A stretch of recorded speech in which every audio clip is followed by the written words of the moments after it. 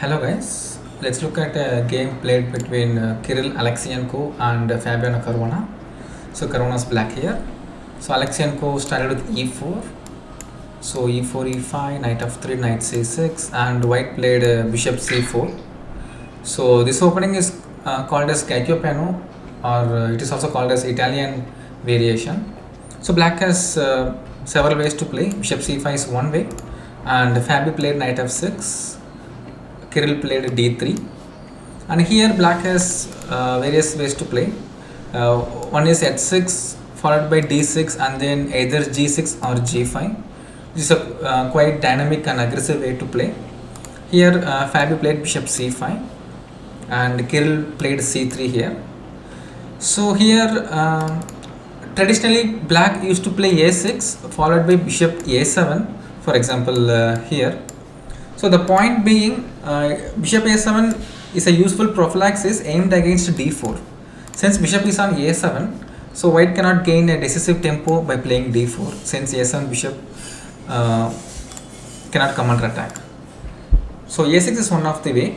And then recently people started playing a5, like either directly a5 or castle d6 and then slowly a5. So a5 point is, one point is to expand the space on the queen side. And the other thing is, of course, stopping white from playing b4. And however, in the very recent years, they started playing a6, and after some moves they started playing a5.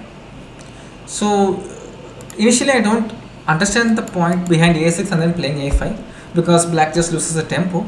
However, there has been played at highest level. There has been several games by it, and to be honest, even I don't understand the exact reason behind all these things. However, there is also one more way which was employed by Fabi. So first he plays h6, white goes castle, and Fabi goes d6 here. So basically black is just waiting to castle. We will see the point. The point is white plays rook e1. So the point is, if white plays h3 for example, then black can play something like bishop b6. So the point of h3 and delaying castle is that we can exploit white's h3 by playing something like g5 and g4. Since pawn is on h3, white is forced to open the g file, which is in black's favor. That's why white cleverly goes for rook e1. So the point is, if black goes g5 g4, first of all the g file is not open. White can probably play something like this, and g5 g4 h5 h4 is a bit too slow, and white is always on time to counterattack in the center. So that's why Fabi plays castle and white goes h3. So there are many more other nuances. This is one among them. White goes h3 after black castle, so that g5 g4 is not as effective as it is before castling. So black plays useful prophylaxis, bishop b6, again aimed against d4. So white continues playing normally by playing knight b d2, and Fabi goes knight e7. Quite a typical idea in this structure and in this variation. So knight from c6 goes to e7 and then g6, and keeping an eye on the f4 square. So here white exploits black's previous move, which is d4. Because of knight e7, black lost the control over the d4 square. So white rightly goes for d4. And here black can also play knight g6. But here Fabi decided to play knight c6, pressurizing the d4 pawn. So if white goes knight f1, just defending the pawn. So another typical middle game idea for black is to play something like knight e4, and this is possible because white's bishop is on c4. So let's say rook e4, black has d5, and just whatever, bishop d5, queen d5, black is completely fine because of bishop pair and full control over the light squares. So black is more than fine here. So these are small nuances regarding piece placements. But however, Kirill had a point. He employed a novelty which is a4, which is very interesting and posing questions to black how he would like to continue. For example, If black decides to capture the pawn, I think Kirill would have continued cd4, knight d4. So knight d4, bd4 and knight b3. I think this is the point behind the pawn sacrifice. So if bishop e5, f4 and the bishop is trapped, bishop has no square to go. If bishop b6, I will go a5, forcing black to go bishop c5. So let's say bishop c5 right away. So take knight c5, dc5 and queen b3. I think this is the position white had in mind when sacrificing the d4 pawn. So now if you look, yes, black is a pawn up.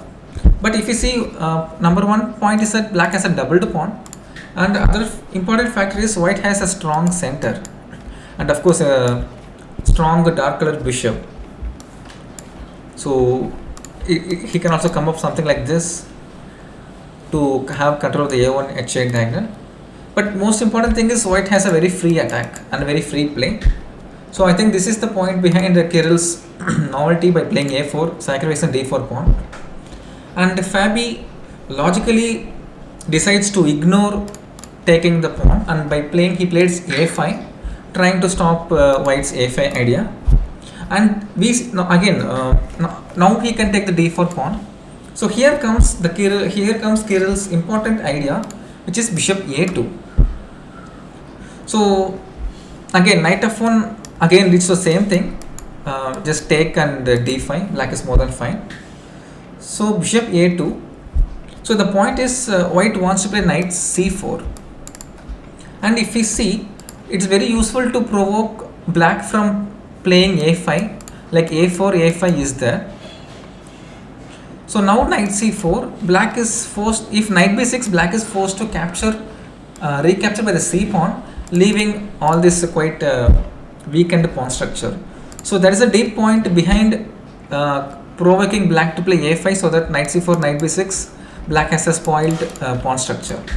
So he goes bishop a2. So Fabi plays ed4 and white goes knight c4. So this is the point behind the pawn sacrifice, attacking the bishop. If bishop moves, okay, let's say for a7, white can just play cd4 and have a healthy center, and he can try to push e5 and all those things. So Fabi logically decides to capture other pawn, knight dc3 and knight b6. So when I was watching the game live, I felt this was the most, another critical junction in the opening point of view, and also because we are approaching middle game, this is another important position. So black has two ways to capture, two ways to continue, either playing direct cb6 or c2, which happened in the game. Of course cb2 it will be a bit of too much, so it's quite a strong diagonal. I think Fabi didn't want to allow this. So so if direct cb6, bc3, so white is still a pawn up, white is still a pawn down wherever he has d6 weakness, and once white captures the pawn, white has a healthy bishop pair. And I like the way how Fabi approached this position. After some thought, he decided to play c2. So the point being queen c2, cb6. So if you compare this position and the one which is on the board right now.